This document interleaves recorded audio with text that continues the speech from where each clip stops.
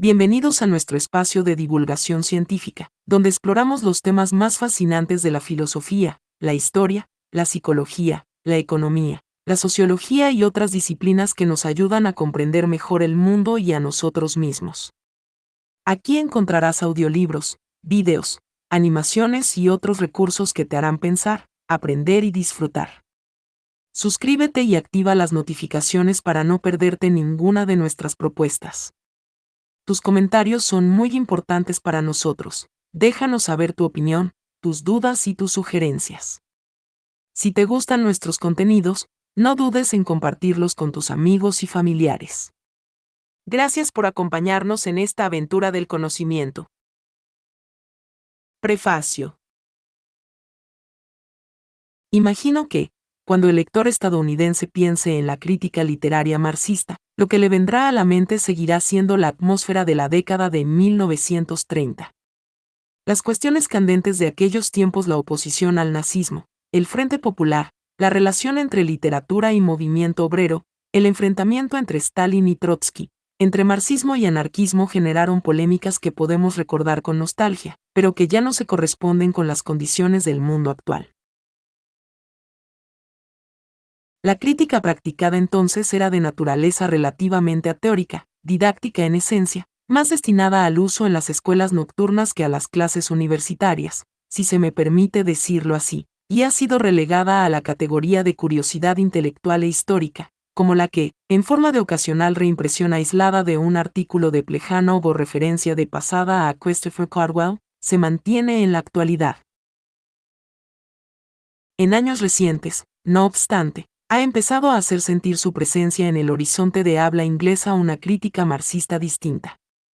Es lo que podría llamarse frente a la tradición soviética un tipo de marxismo relativamente hegeliano, que en los países germánicos puede retrotraerse al entusiasmo teórico de historia y conciencia de clase, escrito por Lukács y publicado en 1923, junto con el redescubrimiento de los manuscritos económicos y filosóficos de 1844, de Marx, mientras que en Francia podría datarse más adecuadamente a partir de la revitalización de Hegel, que allí se produjo a finales de los años 30. Me consideraría satisfecho si los capítulos que siguen se considerasen útiles como introducción general a ese marxismo y a algunos de sus principales teóricos. He intentado en particular efectuar un análisis completo de algunas de sus obras clave: Teoría de la novela e Historia y conciencia de clase de Lukács, El principio esperanza de Black, El origen del Trauerspiel alemán de Benjamin, Filosofía de la nueva música y dialéctica negativa de Adorno, Crítica de la razón dialéctica de Sartre, que han sido, en el peor de los casos, inaccesibles para el lector de habla inglesa y, en el mejor, poco analizadas. Incluso una tarea relativamente tan modesta y específica como esta constituye, sin embargo, un programa completo en sí mismo. Por una parte, ni siquiera los escritores más conocidos, como Sartre o Lukács, han sido objeto claro de atención en inglés debido al sesgo anticomunista de sus comentaristas, o, a menudo, sencillamente por la ausencia de una cultura marxista genuina en los círculos académicos. Menos obvio, quizá, es el grado en el que cualquiera que presente la bibliografía dialéctica alemana o francesa se ve obligado de manera implícita o explícita a tener en cuenta una tercera tradición nacional. Me refiero a la nuestra propia, esa mezcla de liberalismo político, empirismo y positivismo lógico que conocemos como la filosofía anglo-estadounidense y que se muestra hostil en todos los aspectos al tipo de pensamiento aquí esbozado. No es posible escribir para un lector formado en esta tradición, ni siquiera puede uno asimilar la propia formación histórica sin tener en cuenta este influyente oponente conceptual. Y es esto, si se quiere, lo que compone la parte tendenciosa de mi libro, lo que le aporta su filo político y filosófico, por así decirlo. Me sentiría satisfecho si este libro contribuyese, aunque fuera un poco, a esta evolución. Me sentiría satisfecho si este libro contribuyese, aunque fuera un poco, a esta evolución. Este no es un libro, sin embargo, de filosofía sino de crítica literaria, o al menos una preparación para la crítica literaria. El hincapié que Marx hizo en las obras de arte individuales y en el valor que tenían para él, como para Hegel antes y para Lenin después, distaba mucho de ser una cuestión de personalidad, en cierto modo, el cual la teoría marxista debe determinar con mayor precisión. La literatura desempeña una función central en el proceso dialéctico. Podría también añadir que el ámbito cerrado de la literatura, la situación experimental o de laboratorio que la misma constituye, con sus característicos problemas de forma y de contenido, y de relación de la superestructura con la infraestructura, ofrece un microcosmos privilegiado en el que observar el funcionamiento del pensamiento dialéctico. Al mismo tiempo, si los capítulos que siguen no ofrecen el rigor de la investigación filosófica técnica, su posición en cuanto al lenguaje sigue siendo ambigua, porque también distan mucho de ser esbozos introductorios simplificados, o recensiones periodísticas de las diversas posiciones e ideas clave de un escritor, los relatos anecdóticos de su situación y su relación con los problemas de su tiempo. No es que estas cosas carezcan de interés o de utilidad, pero desde mi punto de vista se mantienen solo en el nivel de la pura opinión. Es decir, de actitudes intelectuales asumidas desde fuera. Considero que el método dialéctico únicamente puede adquirirse mediante una atención concreta al detalle, mediante una experiencia empática interna de la construcción gradual de un sistema de acuerdo con la necesidad interior de éste. Y tampoco he intentado reconciliar estas interpretaciones diversas en el transcurso de la presentación. Sí me he propuesto describir en el último capítulo el proceso de pensamiento dialéctico, en general, y las formas que tiene de abordar la literatura, en particular. Debería decir algo acerca de la diferencia de peso entre los capítulos alemanes y los franceses. Desde el punto de vista de la tradición anglo-estadounidense, ambos modos de pensamiento son igualmente interesantes, igualmente liberadores, pero de formas distintas. Vale la pena señalar que el pensamiento dialéctico en Alemania siempre ha sido una tradición filosófica oficial, si no la tradición filosófica oficial. Recientemente, de hecho, el triunfo de Adorno sobre la filosofía existencialista de Heidegger marcó la renovación de las escuelas con esta tradición, tras la prolongada oscuridad del periodo hitleriano. Esta es la razón por la cual pienso, puesto que en Alemania la dialéctica habla de algún modo en su propio nombre, que he ordenado estos capítulos en torno a la propia señal del discurso, porque en las obras de las que tratan, como ya en Hegel, el pensamiento dialéctico resulta ser ni más ni menos que la elaboración de frases dialécticas. Para mostrar un poco la sensación que produce esta percepción del movimiento de la realidad como un logos, he recurrido a la propia terminología de las figuras lingüísticas en sí, de los tropos y la retórica, en las que el funcionamiento del pensamiento dialéctico se observa como un proceso o figura, o a la de un tipo de presencia y desciframiento de la experiencia que pueden ser considerados una exégesis hermenéutica de un texto. Este es, sin duda, el momento de decir algo respecto al estilo, y con independencia de mis reservas acerca de la estilística como método en sí mismo, sigo fiel a la noción de que para ser realmente completa cualquier descripción concreta de un fenómeno literario o filosófico tiene la obligación fundamental de asimilar la forma de cada una de las frases, de explicar el origen y la formación de las mismas. En estos capítulos no siempre he llegado tan lejos. En ninguna parte la hostilidad de la tradición anglo-estadounidense hacia la dialéctica es más perceptible que en la idea generalizada de que estas obras ofrecen un estilo oscuro y farragoso, árido, abstracto, o, por resumirlo en una cómoda muletilla, germánico. Puede admitirse que no se adaptan a los cánones de redacción periodística, clara y fluida que se enseña en las escuelas. Pero, ¿y si esos ideales de claridad y simplicidad hubiesen pasado, en nuestro contexto actual, a cumplir un fin ideológico muy distinto del que Descartes tenía en mente?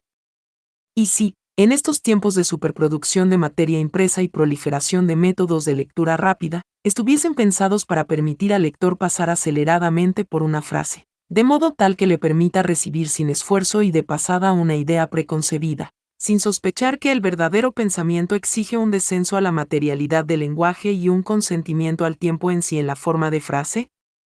En el lenguaje de Adorno quizá la inteligencia dialéctica más aguda. El mejor estilista de todos ellos, la densidad es en sí una conducta de intransigencia. La irritante masa de abstracciones y referencias cruzadas está pensada precisamente para ser leída en situación, contra la facilidad barata de lo que la rodea, como una advertencia al lector del precio que debe pagar por el verdadero pensamiento. La resuelta abstracticidad de este estilo se plantea como un imperativo para superar el fenómeno individual y empírico y llegar a su significado. La terminología abstracta se aferra a su objeto como una señal de la incompletitud de éste, de su necesidad de volver a situarse en el contexto de la totalidad. No logro imaginar que cualquiera con el más mínimo gusto por la naturaleza dialéctica de la realidad permanezca insensible al placer puramente formal de tales frases, en las que el cambio de los engranajes del mundo y el inesperado contacto entre categorías y objetos en apariencia no relacionados y distantes encuentran una formulación repentina y espectacular. No es, me gustaría recalcar, cuestión de gusto, de igual modo que la validez del pensamiento dialéctico no es cuestión de opinión. Pero también es cierto que no puede haber réplica a que alguien prefiera analizar el tema en esos términos. Al pasar a la tradición francesa, queda claro de inmediato que es de carácter mucho más concreto. Francia se ha convertido, de hecho, en el hogar filosófico de la fenomenología y, con Lacan, del freudismo, así como del marxismo aplicado. Porque la situación francesa es tal que el pensamiento dialéctico, como el psicoanálisis, nunca ha sido una filosofía oficial, y ha tenido que expresarse, por consiguiente, mediante una soterrada influencia en otras filosofías y otras disciplinas, en forma de cultura marxista extracurricular o mediante la ya mencionada revitalización de Hegel. De ese modo Levi Strauss se ha declarado marxista, mientras que es incalculable la medida en la que el existencialismo sartreano debe su enorme influencia no tanto a los elementos obtenidos de Kierkegaard o Heidegger como, por el contrario, a los que halló en el propio Hegel.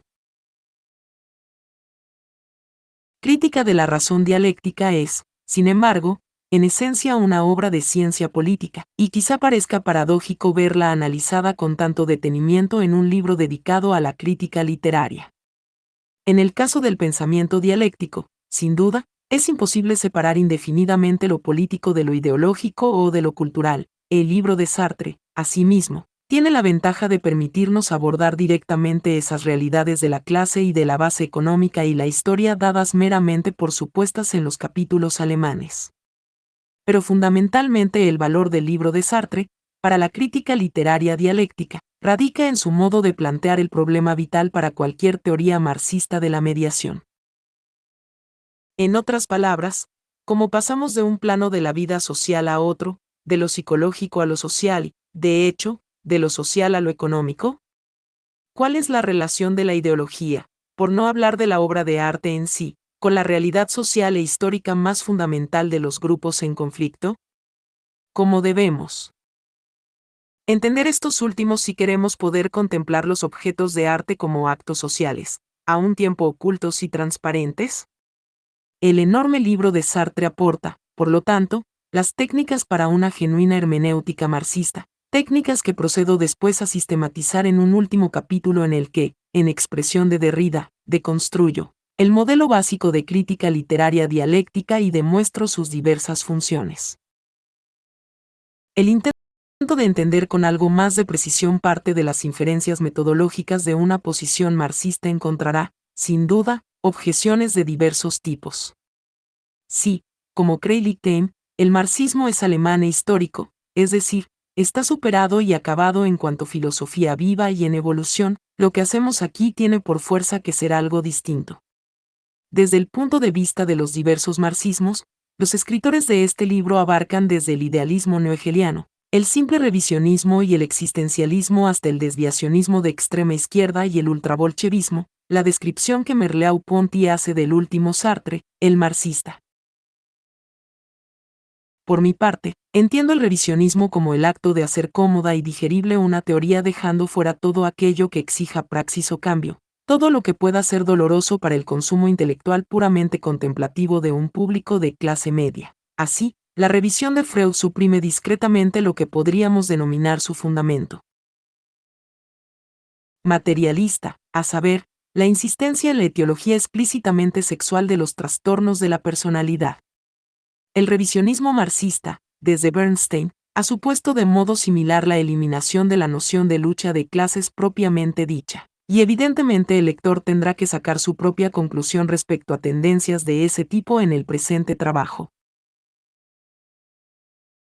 Dicho lector tiene, sin embargo, derecho a una explicación más completa de por qué debería familiarizarse en tal medida con un sistema tan remoto, complejo y severamente técnico como es la filosofía de Hegel. Yo he adoptado aquí la posición de que en realidad Marx incluye a Hegel, pero entiendo perfectamente, al mismo tiempo, que un equipamiento conceptual tan elaborado pueda parecer desproporcionado para el trabajo cotidiano de la crítica literaria y para cada uno de los textos. Esto supone juzgar mal la función de la crítica literaria como tal en el proceso de la educación política. Podemos calificar de genética la retórica de la crítica marxista más antigua, por su hincapié en la evolución histórica y en la emergencia de las instituciones capitalistas a partir de modos anteriores de organización social, el feudal y el tribal. Las obras de Gordon Childe proporcionan un ejemplo familiar y característico de dicho enfoque en la historiografía británica, mientras que, en el ámbito de la crítica literaria, los libros de Christopher Caldwell, de Ernst Fischer y la estética de Lukács bien pueden tomarse como ilustraciones, cada uno a su modo, de la misma estrategia básica, que centra la atención del lector en la diferenciación inicial del arte en sí a medida que se aparta del ritual y la religión y se establece gradualmente, primero, como conjunto de técnicas especializadas por derecho propio y, por último, como negocio, o antinegocio, en los tiempos modernos. El efecto ideológico de dicho enfoque, por encima y más allá de los datos antropológicos de los que se ocupa en el plano literal, es el de reordenar nuestra percepción del presente histórico, de reestructurar nuestra visión de la sociedad moderna de modo tal que tras el individualismo del presente literario y artístico podamos distinguir la forma de una práctica artística colectiva más antigua. La idea de la evolución histórica es así, en esencia, una forma o un pretexto para una nueva politización de nuestro pensamiento, lo cual nos deja entender qué tipos futuros de renovación y regeneración sociales tenemos a nuestra disposición al permitirnos atisbar el arte socialmente funcional y más saludable del pasado. La cultura occidental de hoy en día, sin embargo, ya no se presta a esa reestructuración polémica. Por una parte, porque dudo de que siga habiendo muchos que sientan que en nuestro arte o en nuestra propia sociedad, al menos en el extremo alcanzado en Estados Unidos en la actualidad, hay mucho que merezca ser salvado de ese modo. Por otra, porque la continuidad entre el pasado y el presente prehistórico e histórico de la que dependía dicha demostración parece haber sido destruida definitivamente por los nuevos modos de producción y organización del capitalismo postindustrial. La realidad que debía afrontar la crítica marxista de la década de 1930 era la de una Europa y una Norteamérica más simples, que ya no existen. Dicho mundo tenía más en común con las formas de vida de siglos anteriores que con la nuestra. Decir que era más simple no significa en modo alguno afirmar que fuese también más fácil, al contrario. Era un mundo en el que el conflicto social estaba agudizado y era más claramente visible, un mundo que proyectaba un modelo tangible de antagonismo entre las diversas clases, tanto dentro de los distintos estados-nación como asimismo en la escena internacional, un modelo tan estricto como el Frente Popular o la Guerra Civil Española, donde se llamaba a las personas a tomar partido y morir, que siempre son, después de todo, las cosas más difíciles. Son estas visibilidad y continuidad del modelo de clase, desde la experiencia cotidiana en el hogar y en la calle hasta la movilización social en sí misma, las que ya no están disponibles hoy en día. Su desaparición es, por supuesto, una cuestión relativa y nacional. Así Francia conserva un carácter de clase que la Alemania del Wirtschaftswunder ha perdido desde entonces, y esto se refleja claramente en los respectivos énfasis de las obras analizadas en el presente libro. Pero en su mayor parte, y en especial en Estados Unidos, el desarrollo del capitalismo monopolista postindustrial ha traído consigo una creciente ocultación de la estructura de clases mediante las técnicas de mistificación practicadas por los medios de comunicación y en especial por la publicidad en su enorme expansión desde el comienzo de la Guerra Fría.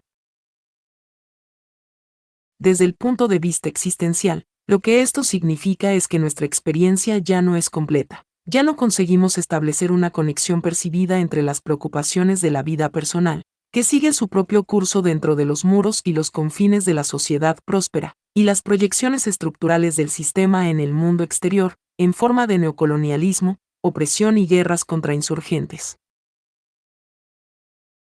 Desde el punto de vista psicológico, podemos decir que, en cuanto a economía de servicios, estamos a partir de entonces tan apartados de las realidades de la producción y del trabajo en el mundo, que habitamos en un mundo onírico de estímulos artificiales y experiencia televisada. Nunca en ninguna civilización anterior han parecido las grandes preocupaciones metafísicas, las cuestiones fundamentales del ser y del significado de la vida, tan remotas e inútiles.